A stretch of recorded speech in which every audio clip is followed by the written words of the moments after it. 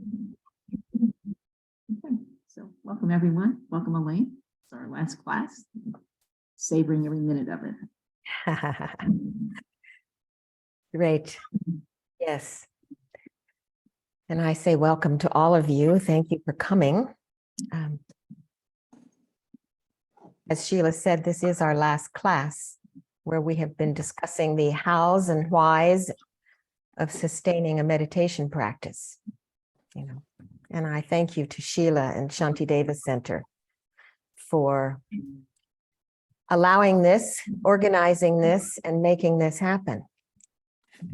So rejoicing in all of our good fortunes to be able to do this.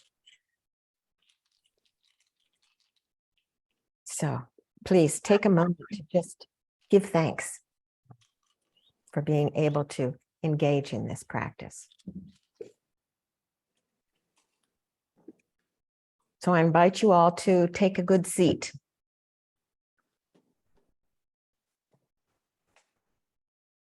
To sit fully, remembering that our posture is the foundation of our meditation.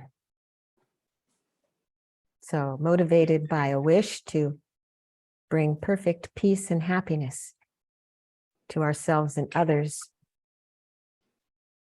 please cultivate a strong intention to just now remain present, presently attentive, remembering that our beautiful, spacious, pure mind, like the sky, is always present.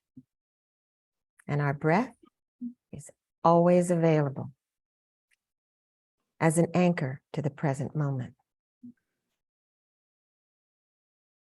And as we allow our awareness to become more and more subtle, more and more open,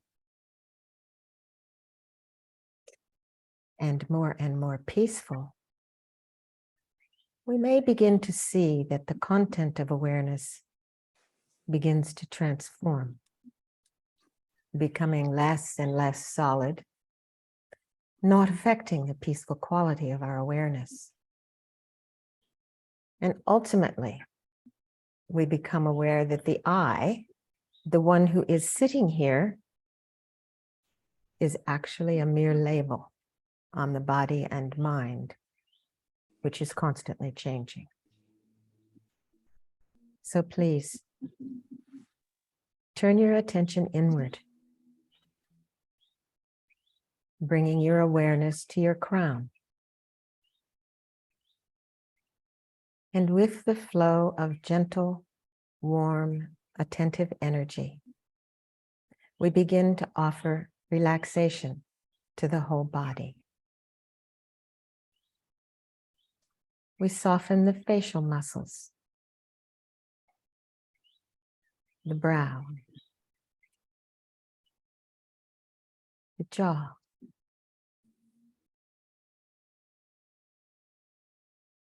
flowing into the neck and across the shoulders.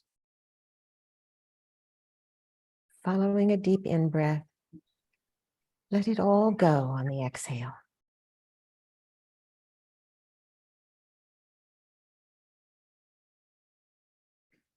And as the muscles relax, notice how it feels.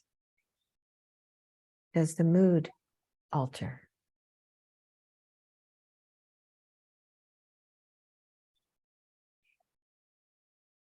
Follow the flow down your arms, all the way to your fingertips, and let tension dissolve.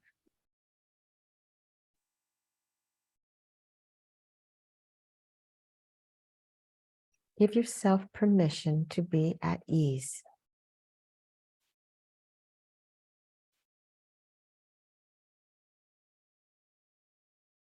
Coming to the trunk of the body, feel the sensations of the chest and the upper back.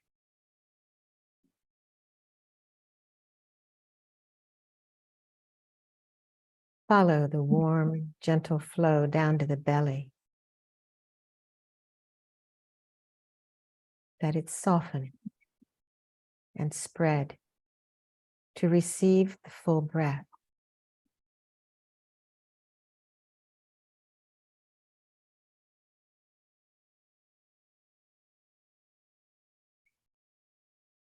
Flowing down through the hip joints, releasing any tightness. Feel a wave of relaxation flowing down through the legs, the thighs, the knees, to the tips of the toes.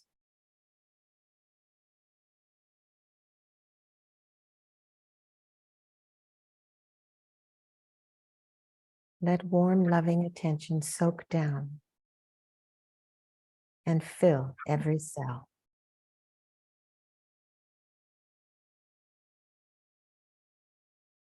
Let the whole body be perfectly at ease and settled.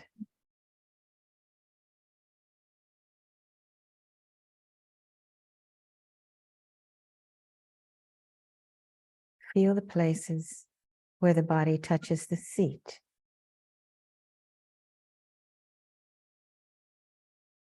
Let Mother Earth hold you.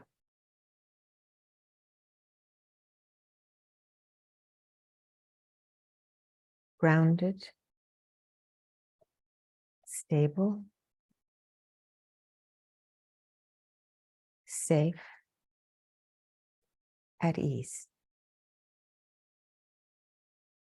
Permission to let go.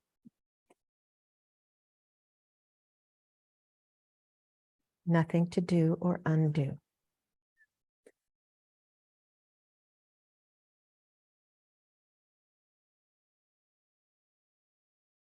Training the mind to attend to the present.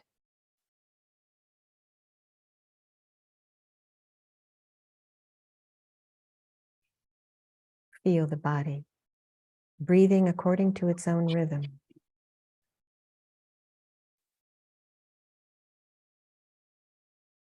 Without force or impedance. Let the body breathe.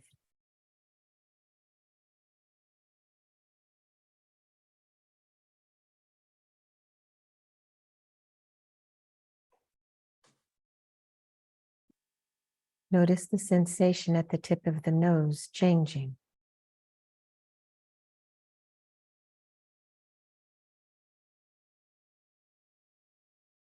Let that sensation be the focal point of your attention.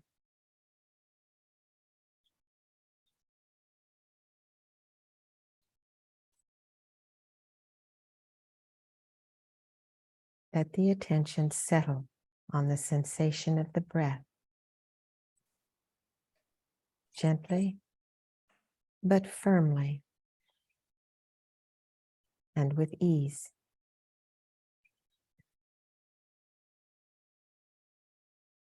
Each moment, just the breath.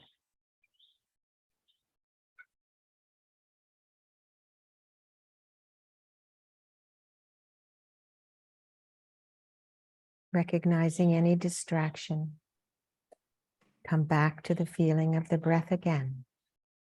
Happy to begin again. And now we'll sit in silence briefly, and then I will invite you to join me in a meditation of imagination. If counting is useful, count the full breath, knowing when you inhale and when you exhale.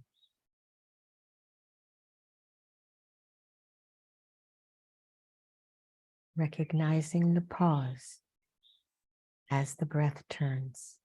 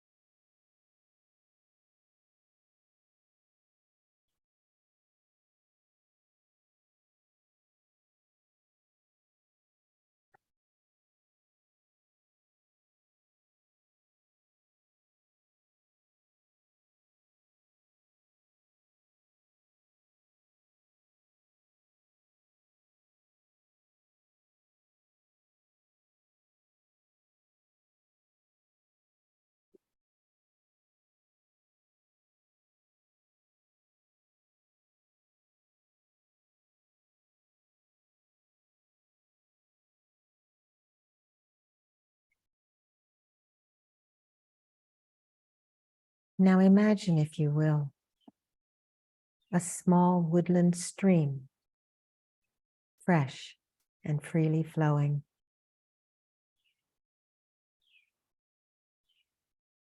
The small stream bubbles and crisscrosses past the boulders and exposed roots on its banks, over the rocks and stones on its uneven bed. It makes a lovely babbling sound.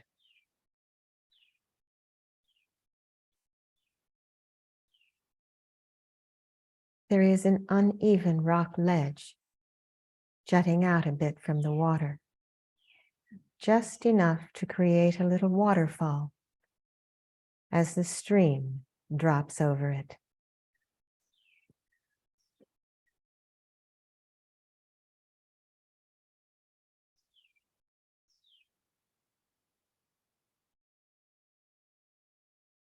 As the water rushes over the ledge, some is pushed over to the side of the stream below. It gives rise to a small eddy in an indentation of the bank. The eddy circles, the water circling around and around, remaining fixed in its position.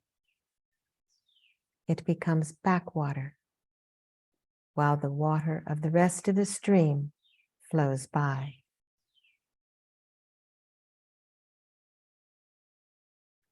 Inside the circle of the eddy, the circular movement continues its swirl, going round and round, over and over and over. Its momentum concentrates and moves inward to the pattern of circling. Imagine, if you will, that attention turns away from the fresh and freely flowing stream and is drawn into the central force of this circular pattern. The eddy is defined by the circular pattern. Imagine, too, that as the eddy, it identifies inside its circular boundary as something that is separate from the freely flowing stream. We can imagine that with this identification, the eddy checks its circular motion well and often, monitoring it carefully to circle well, to remain in the comfort of the familiar. It compares itself to neighboring eddies, judging and evaluating. It sees itself as separate, as independent, as needing to be protective of its own circularity. It comes to cherish its swirling, the dynamic that creates its tiny universe. It comes to cherish all the debris caught within the swirls, with a sense of personal reference about each of the particles trapped inside its muddy orbit. Its view becomes myopic. It forgets all about the ancient mountain down which the stream flows. It forgets the centuries of melting snows and summer rains that create the stream. It forgets the massive tree roots and the rutted animal paths that determine the course of the stream as it flows down the sloped terrain through the woods. It forgets all about the small ledge of stone that creates the waterfall above it. it forgets all the immeasurable causes and conditions that give rise to its appearance. Not looking, ignoring, the eddy assumes itself according to its ignorance.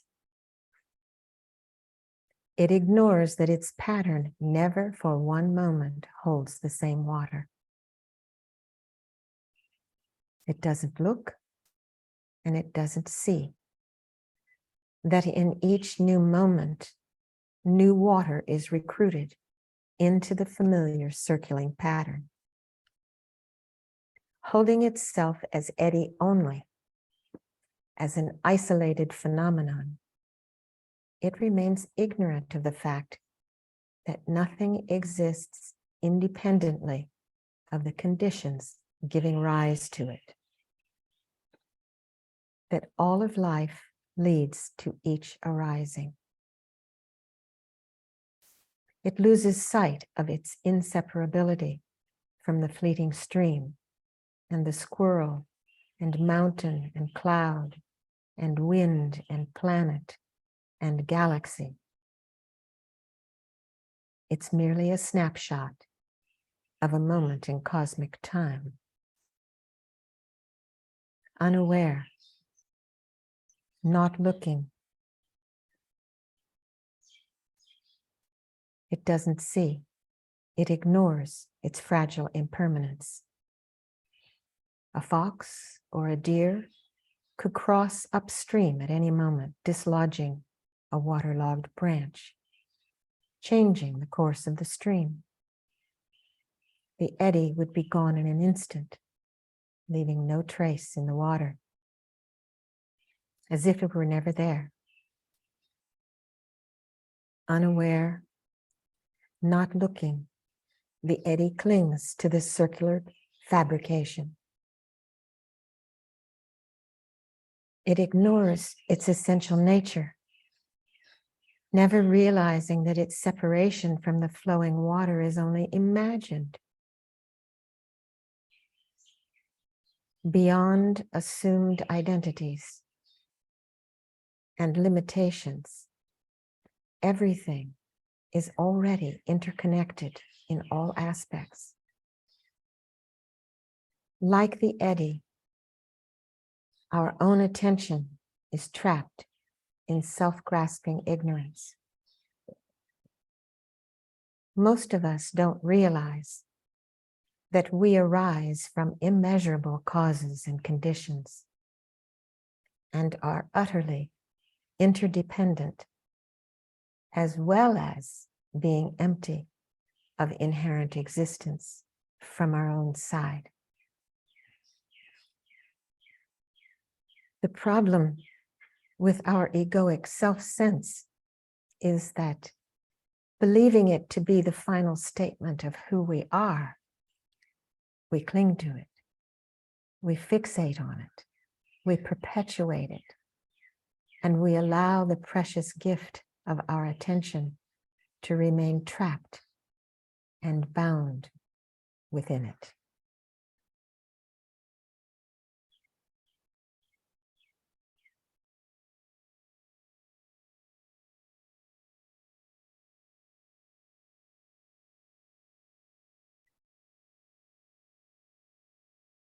So now come back into your present body and this moment. The Buddha offered a description of how exactly we're trapped in our own eddy. This is what he saw when he awakened under the Bodhi tree. And he gave this teaching, the Four Noble Truths, to the ascetics with whom he had been practicing. But he described how it is that we create the suffering in our life, how we are trapped in our own eddy. He described to King Bimbisara the wheel of life, how we perpetuate the cycle of existence. A neighboring king had given King Bimbisara a gift, and the king wanted to return something spectacular. So he went to the Buddha and asked for advice. The Buddha explained the wheel of life and told him to paint it and offer this tanka to the ruler. The story goes that upon seeing the inscription at the bottom, that ruler immediately developed renunciation and deep insight, and the whole kingdom benefited. The inscription at the bottom, which maybe you have seen the Wheel of Life, I'm going to describe it briefly, but the inscription at the bottom of that tanka was, the cause of our unwanted suffering is rooted in the delusions obscuring the essentially pure nature of our mind.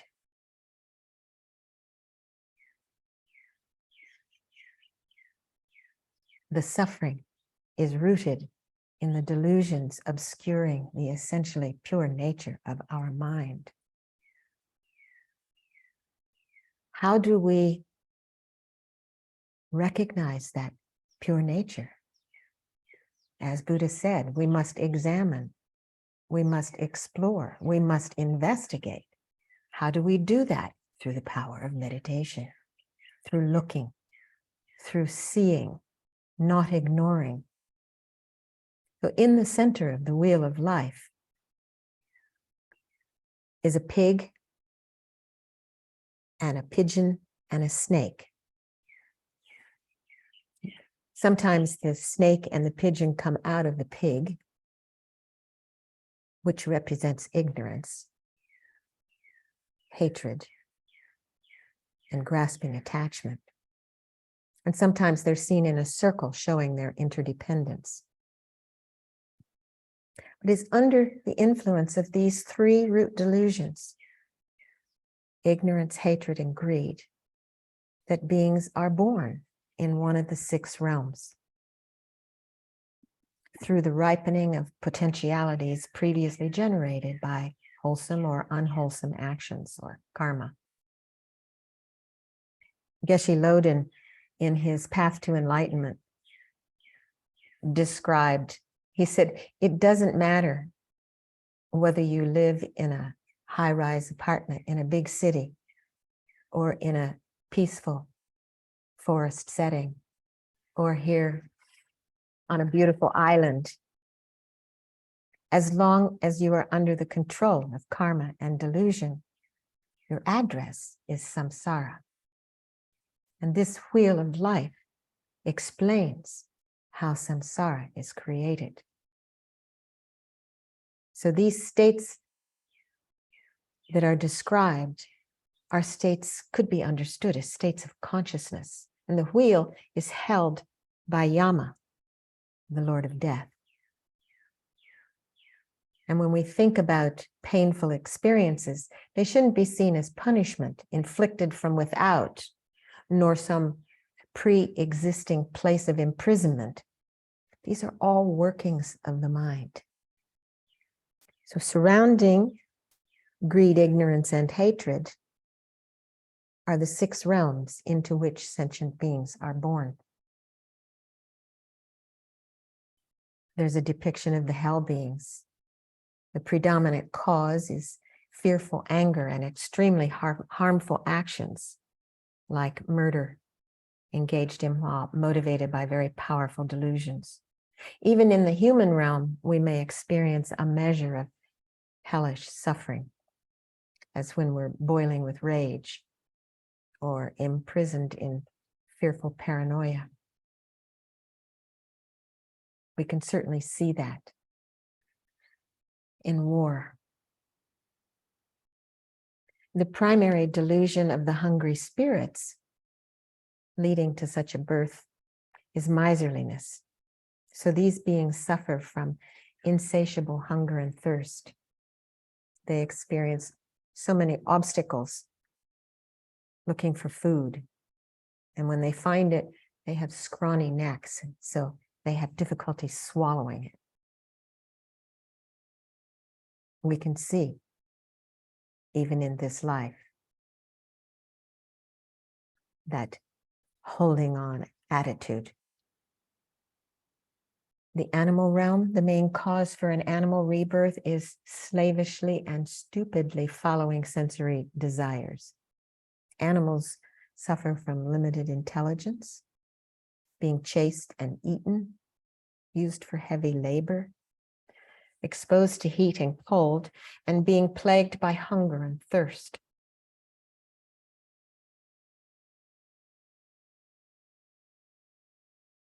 And the human realm, despite their wishes to experience happiness and avoid suffering, humans are continuously misled by their ignorance, this self-grasping ignorance, and have to experience unwanted miseries again and again. But in terms of spiritual growth, it is the human realm that is the most fortunate, because humans, they have just enough suffering to wish to cultivate moral self-control, concentration, and wisdom in order to gain freedom, liberation, and get off this wheel. They can understand and they can act in ways to step off the wheel. And then there are the demigods and the gods.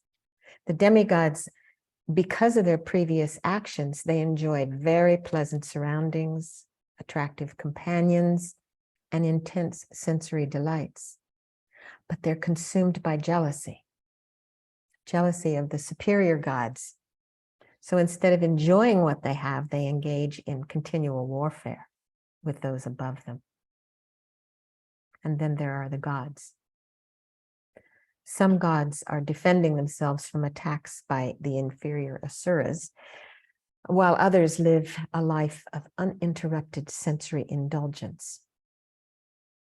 And others in higher planes abide in sort of a blank-minded mental absorption, mistaken as liberation.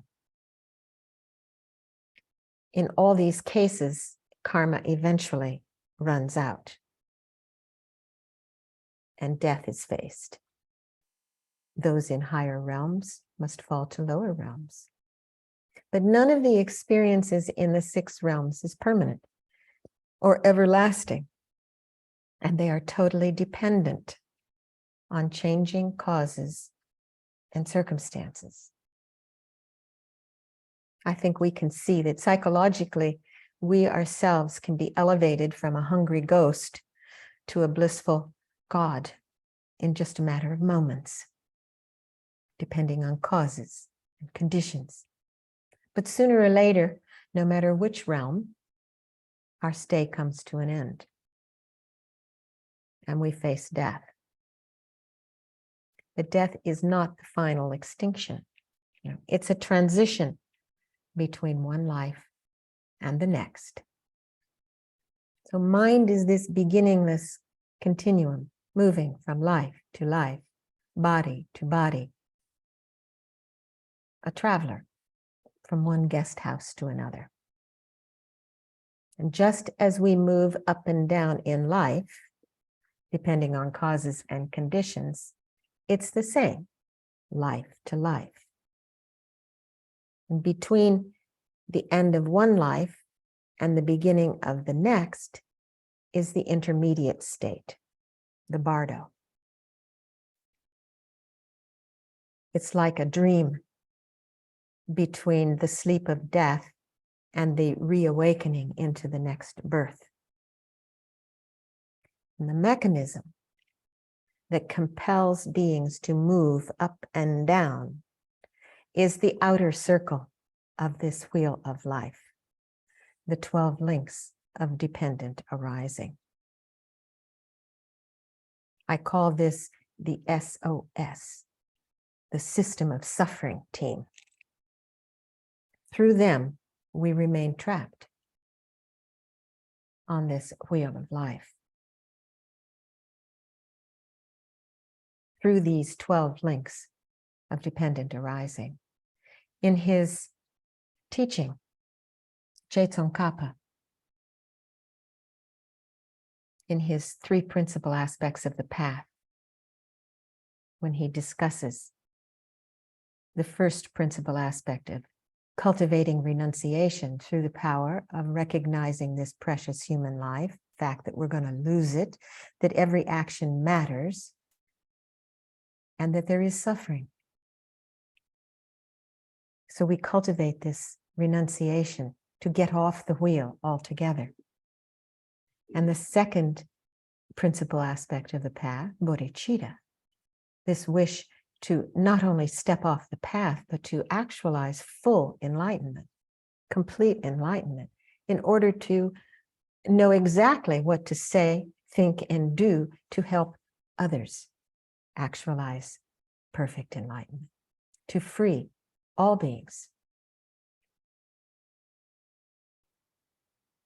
And he explains how one goes about cultivating that bodhicitta, how we think about sentient beings as being swept by the current of the 4 powerful rivers of birth, aging, sickness, and death, tied by the strong bonds of karma that are so hard to undo, caught in the iron net of self-grasping egoism, completely enveloped in the darkness of ignorance, born and reborn in boundless cyclic existence, unceasingly tormented by the 3 miseries: the suffering of suffering, the suffering of change, and all-pervasive compounded suffering.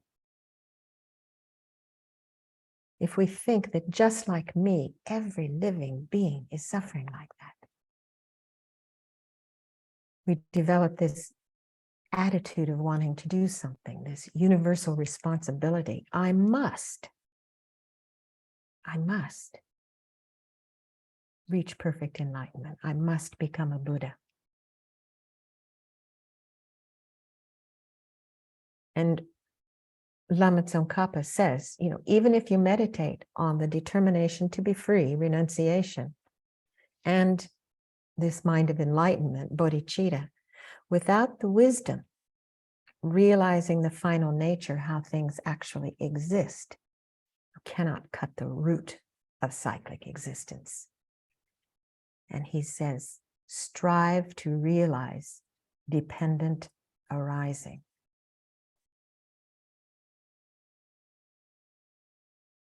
He who sees dependent arising and its empty nature is not trapped.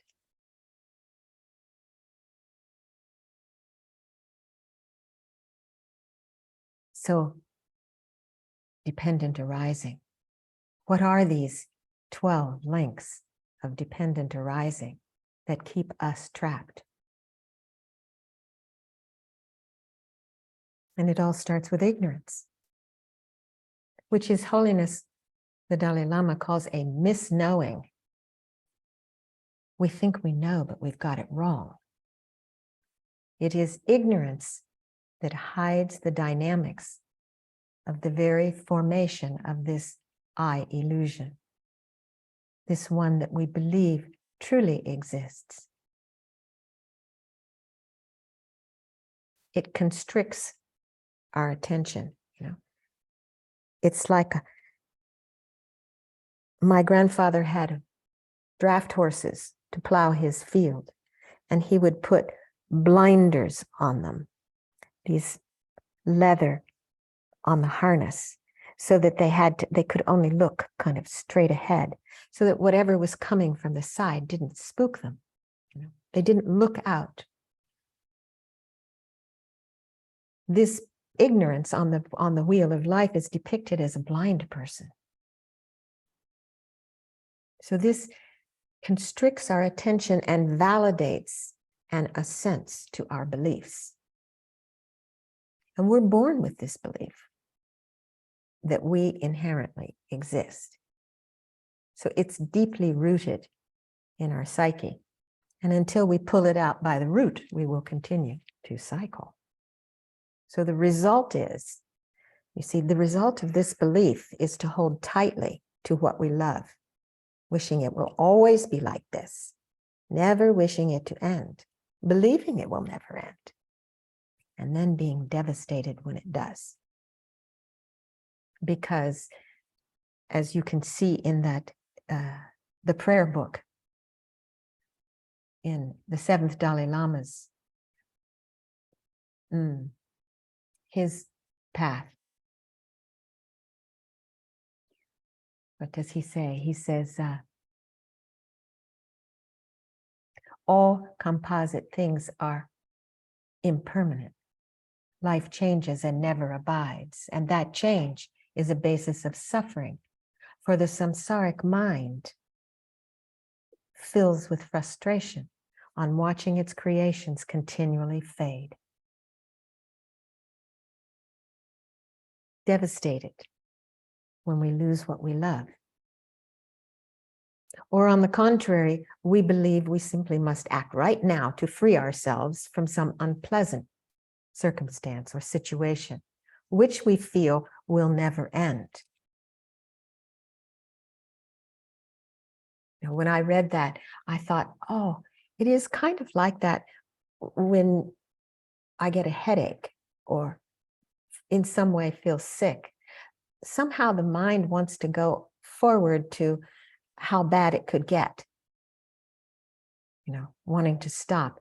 And I remember listening to a podcast, it was Alan Wallace, actually. It was it was his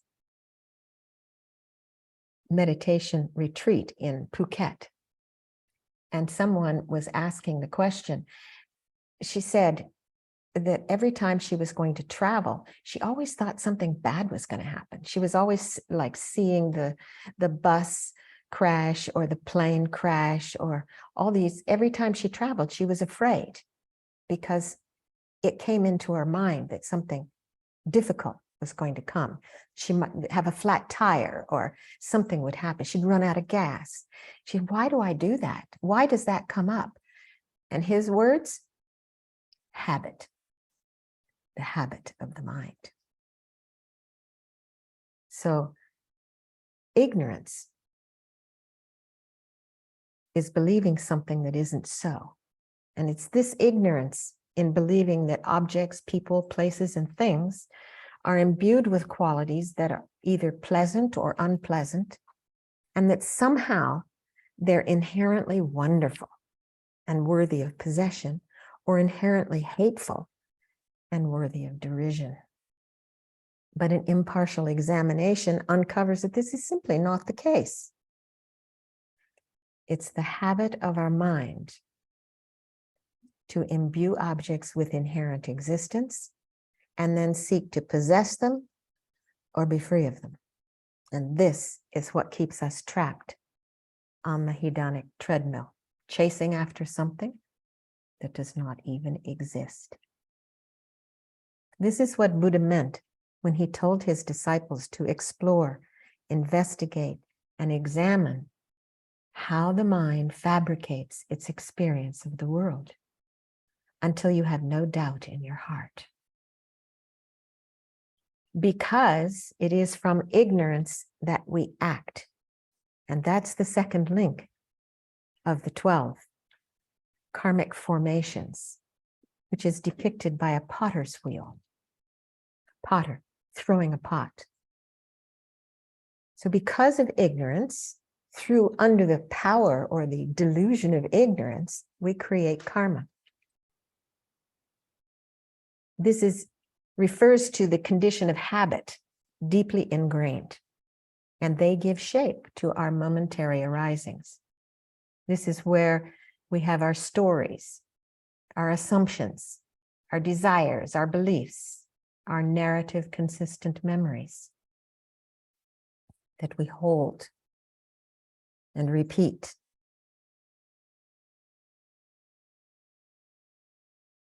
Because of the actions, then, every time an action is created, it plants a seed on the mental continuum. Consciousness is the third link. It plants a seed, and it is from the potential of that action that we have the potential to produce a future rebirth. And that seed is infused into the consciousness. With every action, every thought, every word, every deed. So this potential then resides within the continuum of the mind until it's activated and eventually connects one with a future rebirth. So this is name and form, the fourth link. Two men rowing a boat. When the karmic potential is activated and a new rebirth begins, this is the link of name and form. So it refers to the mental and physical aggregates of the new life upon conception, the mind and body that will continue to develop through the life of a new embodiment within cyclic existence. Also, and this is an important one, it's manifesting in every moment as an object appears. Think about it. Name and form. The form appears, we label it, we give it a name, we imbue it with the qualities that we believe that it has inherently. You know, it's automatic. It happens because of ignorance. The sixth sense basis is the fifth link, depicted by an empty house with open doors and windows. So as the body and mind develop the six sense bases that will enable the six consciousnesses to know their respective objects, they gradually form. And it's through the eye consciousness, the eyes, the ears, the nose, the tactile, the tongue, consciousness. This is how we are empowered to know form, to hear, to taste, to touch. Then when those sense consciousnesses come into contact, which is the sixth link, depicted by a couple making love, this, when they meet, this contact is able to distinguish immediately between pleasant, unpleasant, or neutral. And that allows us to experience the object as like, not like, or indifferent.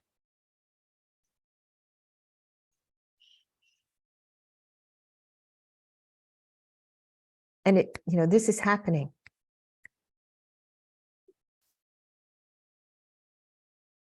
If we're aware, well, I'm going to bypass that comment. The seventh is feeling. So the contact comes, the feeling arises. That's number 7. And it's a man with an arrow in his eye. That's a feeling. So on the basis of contact with objects that are distinguished as pleasant, unpleasant, or neutral, the 3 feelings of happiness, unhappiness, or indifference will respectfully arise, thereby completing the experience of the object. So no matter what kind of feeling arises, beings fall under its influence. And so the mind becomes happy, unhappy, or indifferent, And they continue throughout that rebirth, becoming the source of a strong drive for obtaining pleasure and avoiding pain during one's life. And the 8th link is craving, depicted by a man drinking wine. So in response to the various feelings experienced, there follows craving. The desire not to be separated from the feeling of happiness, and the desire to separate from the feeling of unhappiness. So this craving serves to increase desire without ever providing any real satisfaction. And at the time of death, it serves to nourish the karmic potentials in the consciousness. Depending,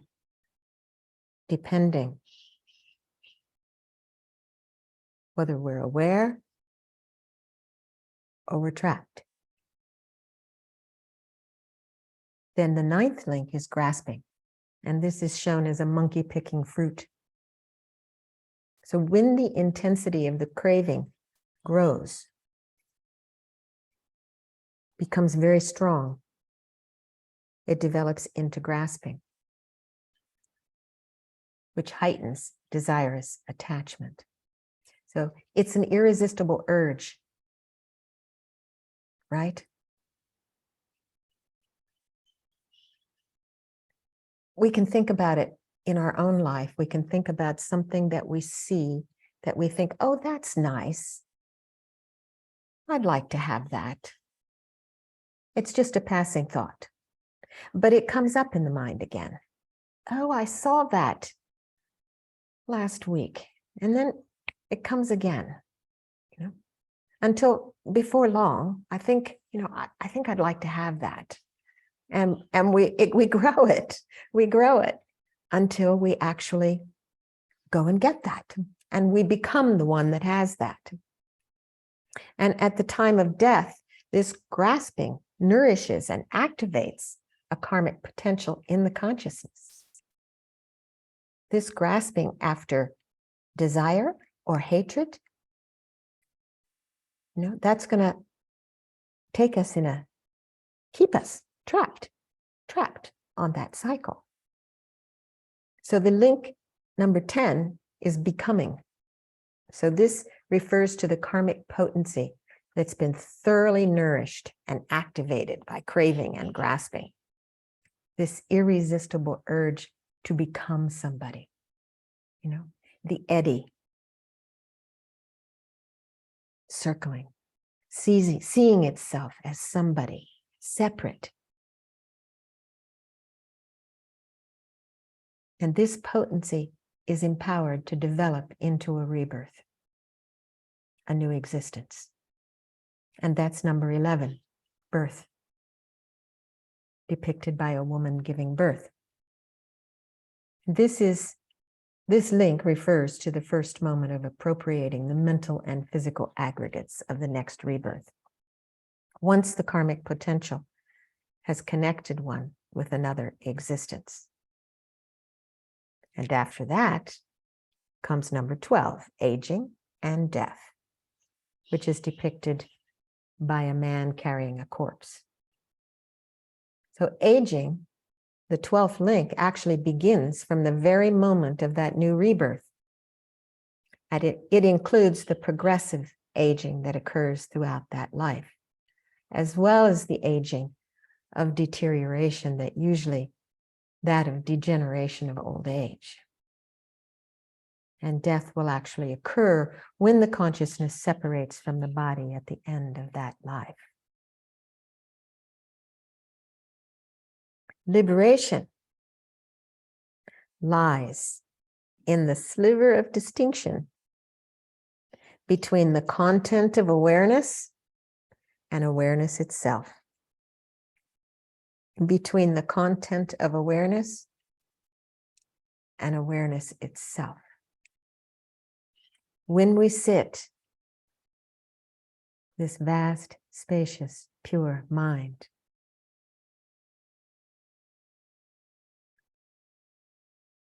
aware, naked awareness, the distinction between this one and all of those vying for attention, the appearances. We can break free from the entire attention-trapping cycle at any time by seeing through a single link, recognizing the power with which it has usurped our attention. Being able to recognize when we have been caught in our meditation. not allowing the mind to be trapped, to continue that spinning cycle, but rather come back, training the awareness to be present. We can break free.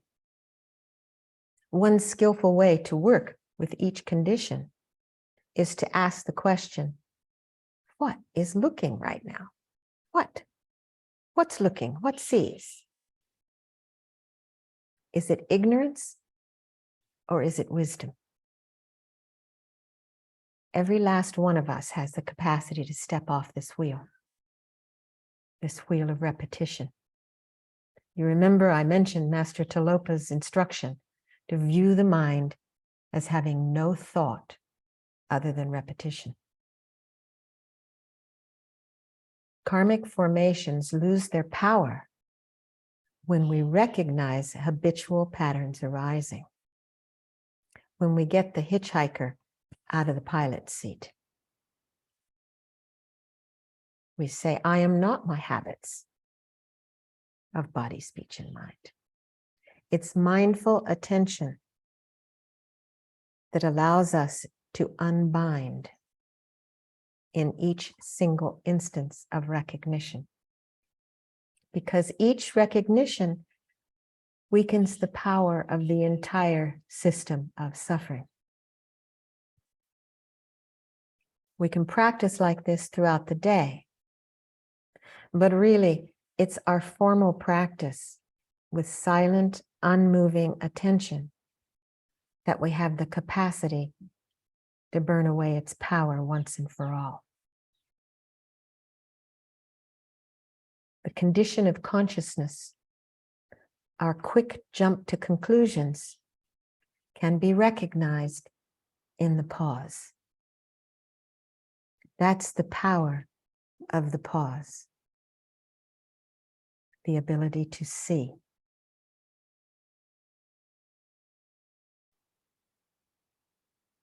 Pauses have power. You see, we can stop. It's like poking a stick in the spokes of a spinning bicycle wheel. It brings the cycling to a halt.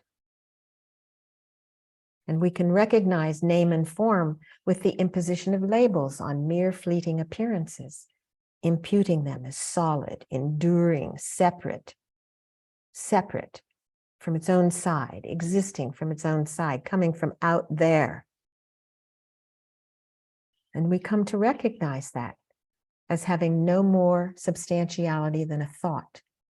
Because as we see thoughts coming through the consciousness and leaving them, remaining presently aware, we see them as essenceless, right? We can stop the cycle's momentum by pausing, awareing. If we release our attachment to the concrete idea of who we have believed ourselves to be, we still have a grateful, humble, and noble awareness existing as an individual manifestation of awakened awareness, existing to be an offering to others as an agency of kindness and compassion. This is our humanity.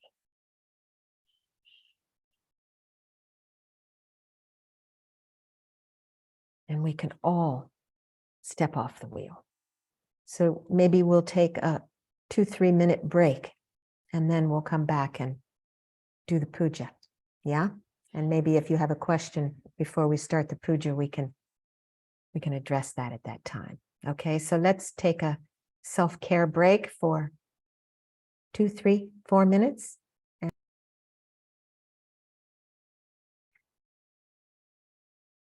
Okie-dokie. Anybody have a burning question?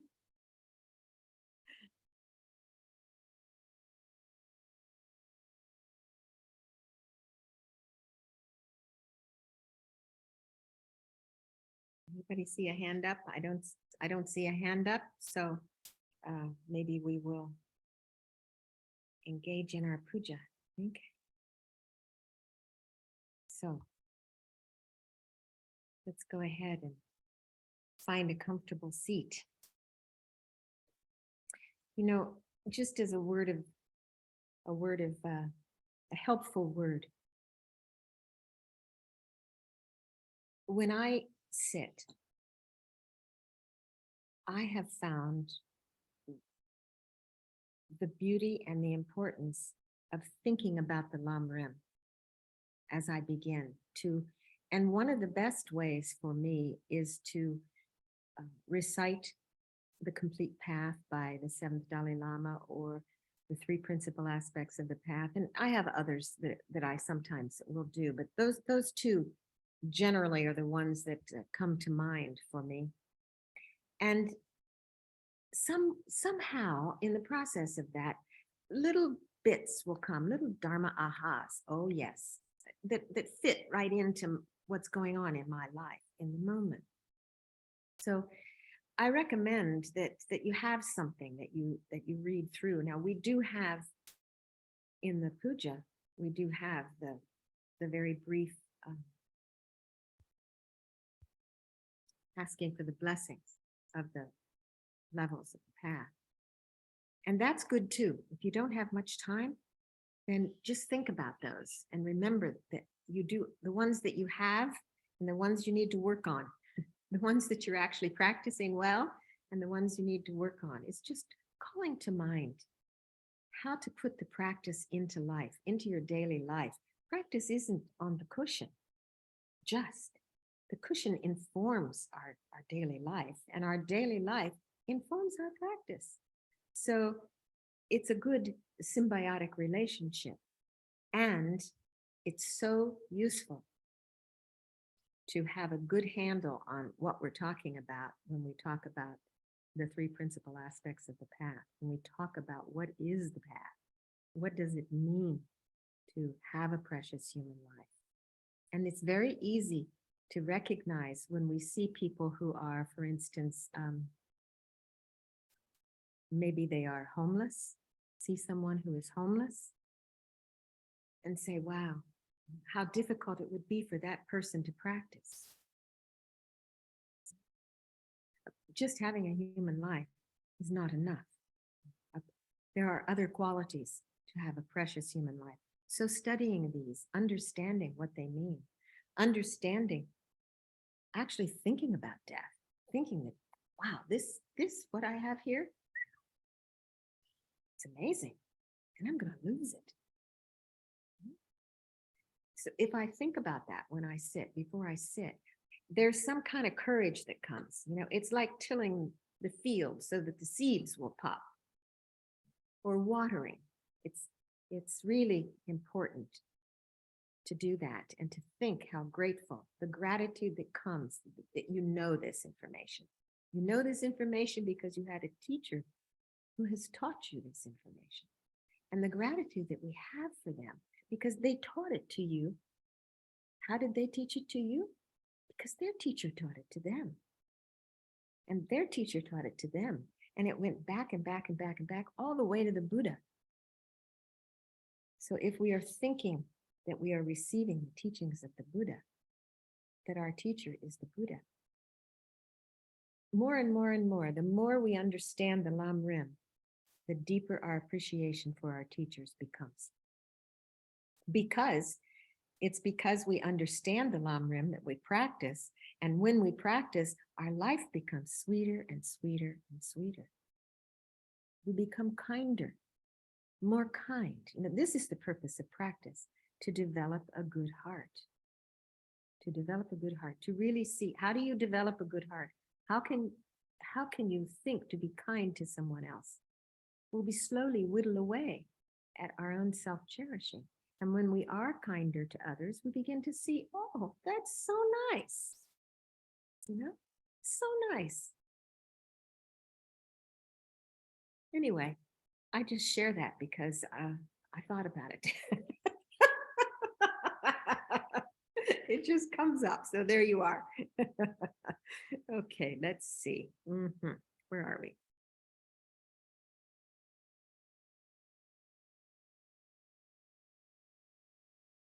You know why?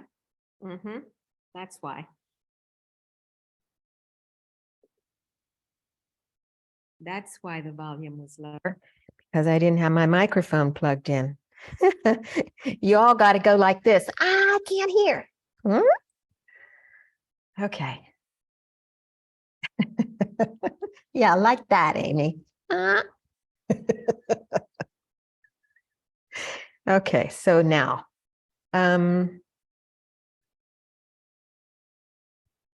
let's see, where's my text? Yeah, so let's do the puja and enjoy.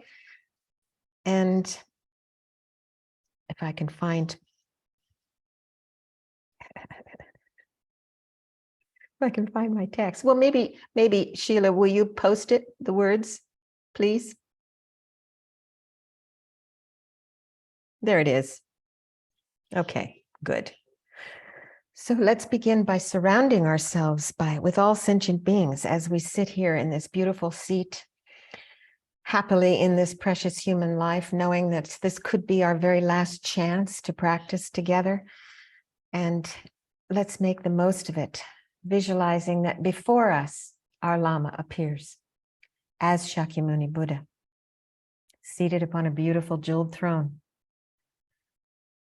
The Buddha's holy body is golden in color and adorned with robes of heavenly silks. He's smiling lovingly at us.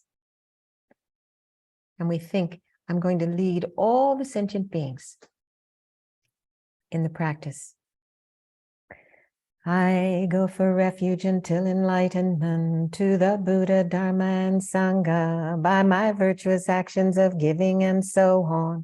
May I become a Buddha to benefit all beings.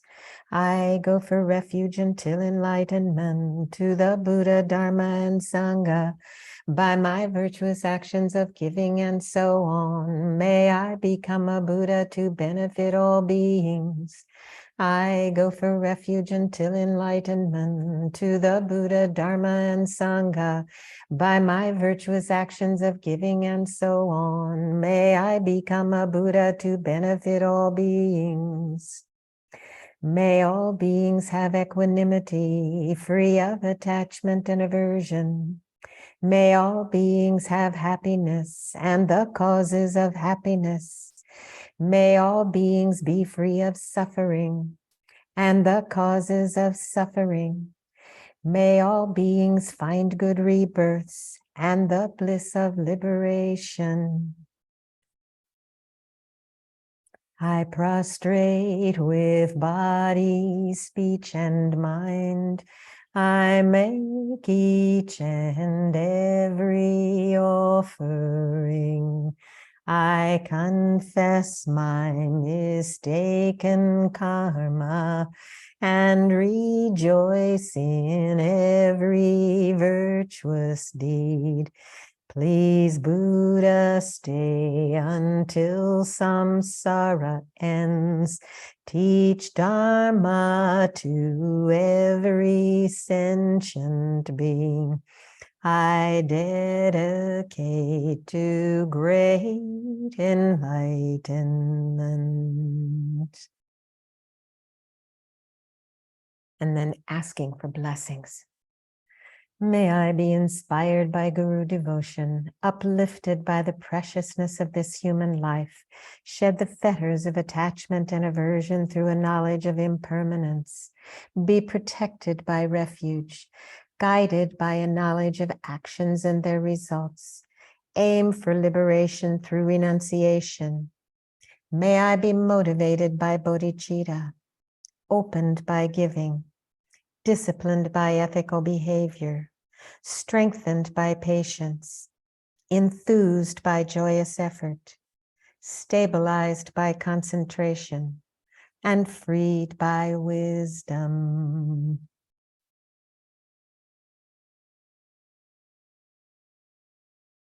And then we make an offering of everything in the universe, a beautiful world, everything we love. Oh, this ground scented with perfume and covered with flowers, adorned by Mount Meru, 4 worlds world, sun and moon, I imagine as a Buddha land, and then offer it. May all beings enjoy this pure land. I send this jeweled mandala to you, my precious Guru. And then think that our Guru is pleased. And as we recite the mantra of Shakyamuni Buddha, from his light, his heart, light radiates and enters into our heart, purifying all obstacles to our own enlightenment and filling us with all the wisdom of an enlightened being. Taya Tao Muni Muni Maha Munai Soa. Taya Tao Muni Muni Maha Munai Soha. Taya Tao Muni Muni Maha Munai Soha.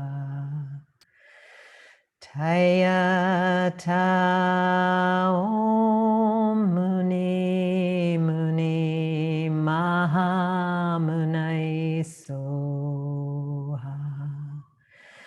Taya Tao Muni Muni Maha Munai Soha. Taya Tao Muni Muni Maha Munai Soha. Taya Tao Muni Muni Maha Munai Soha. And then we request, O magnificent and precious root Guru, please abide on the lotus and moon seat at my heart. Guide me with your great kindness and stay with me always until I achieve enlightenment. So now, think. Our Lama Shakyamuni Buddha, smiling lovingly at us, melts into a small sphere of light, which comes to our crown and begins to float down through the center of our body, coming to rest at the level of our heart, merging inseparably with our own mind in the aspect of love, compassion, wisdom, and joy.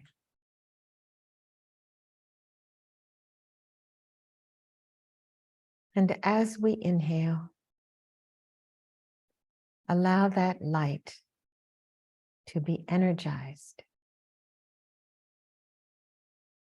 And as we exhale, allow it to expand. This loving, warm, gentle, peaceful light, energized, expanding,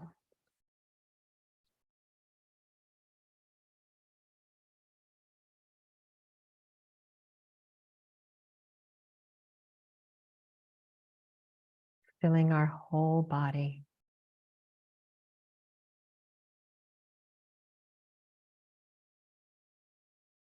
And cultivate a sense of being loved.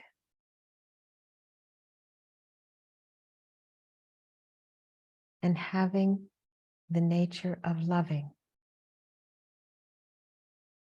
having a loving heart full of loving kindness. With each in-breath, it's energized, and with each out-breath, it grows. And we experience it passing through our pores,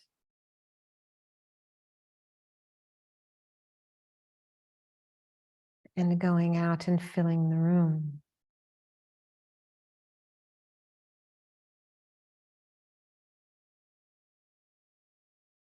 And beyond the room, into the house, through the walls,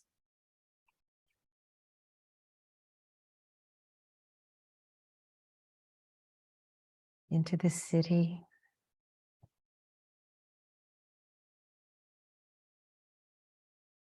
think of the people in your life today. Allow this loving light to touch them. As you breathe in, take away all the obstacles to their own happiness, to them developing deep love and compassion.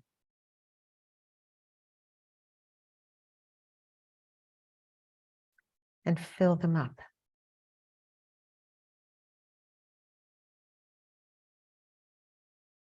Anyone you came into contact with today, bring them to mind.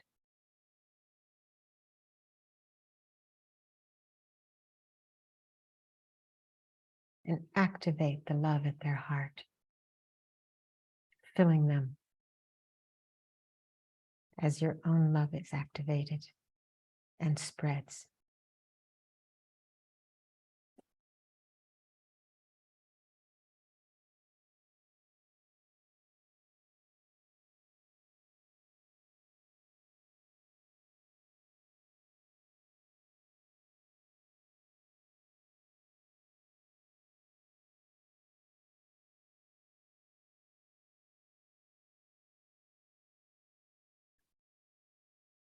Include all of those in our Zoom room. May you all be well and happy. May you actualize your full potential.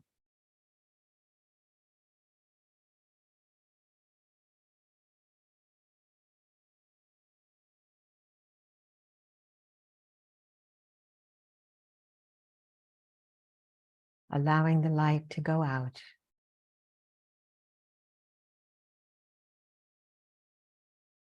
Beyond your own contacts, out into the world. All around the countries. All around the whole world. Whatever comes to mind, whoever comes to mind. Take away their sorrow. Give them joy. May you all be well and happy.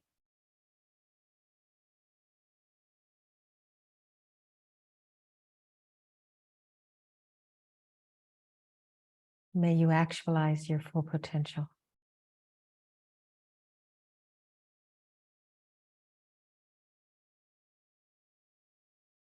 Allow this loving awareness to go out into the universe.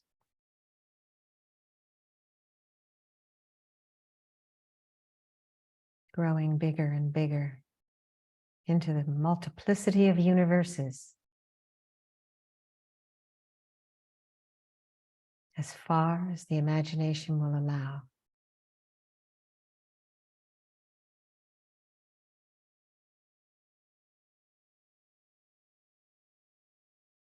Spreading the wish for all beings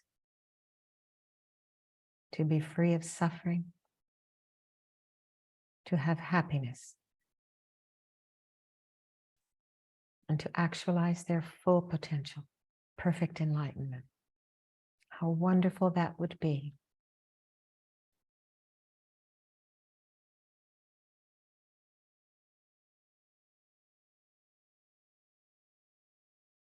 Then gradually, like breath on a mirror, allow your awareness to begin to contract back. And as it does so, all conceptual reality dissolves.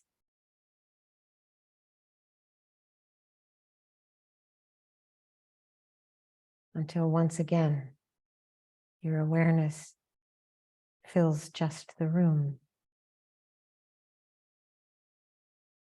which also dissolves into your body, which also dissolves from above and below into that small sphere of light, and attending right there. Watch as it too becomes imperceivable,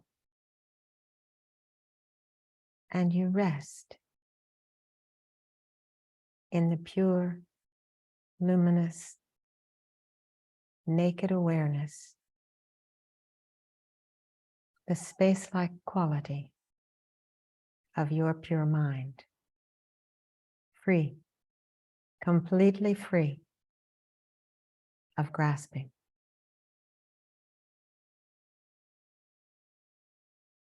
Momentary present awareness beyond concept, beyond words, beyond thought.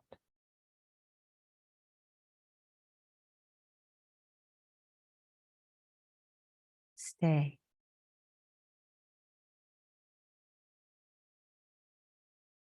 In peaceful ease, without wavering, and see, clearly see, this is your true home. How wonderful.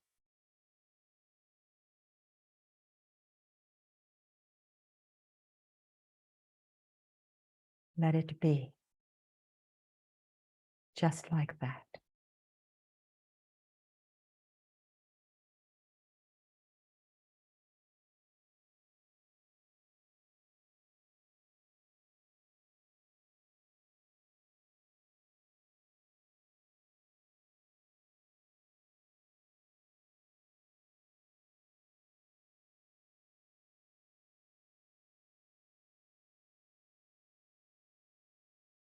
Then, moved by compassion and love, we crystallize once again into our bodhisattva bodies. With gratitude and a great wish to make it a reality, this enlightenment of the whole world, of the whole universe.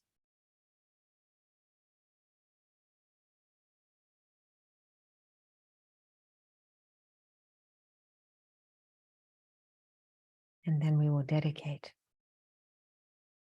this energy, putting it in the bank that it may never diminish.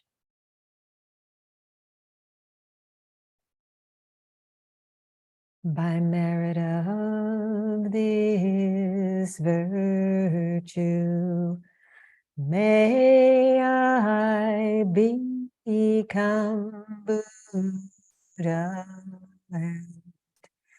lead all beings, everyone,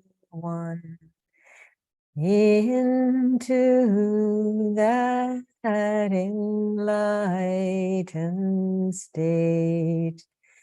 May the precious Bodhi mind not yet born arise and grow, and may that born not decline, but increase more and more.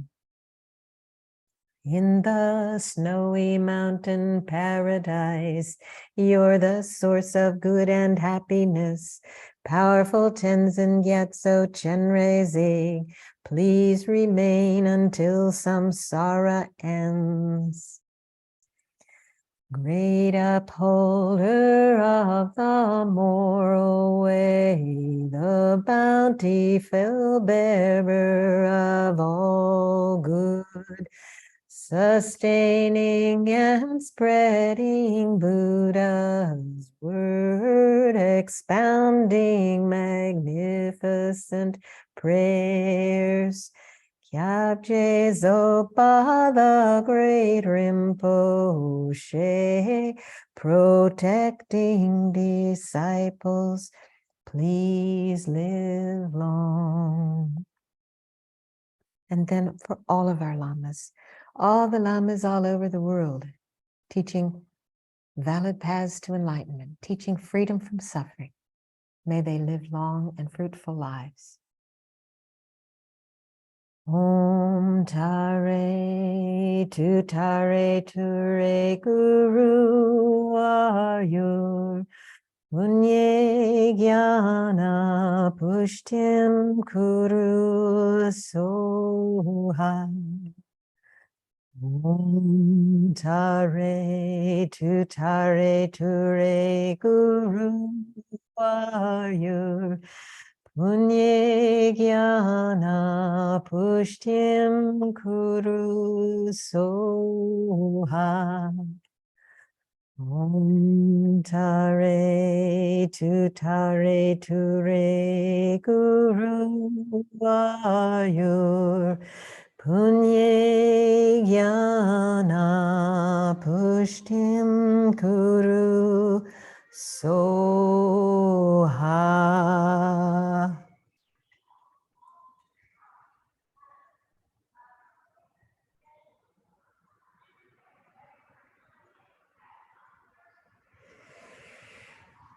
So then, just think for a moment, may all this positive energy to anyone in your life who is unwell, see them as well and happy, and may it be so.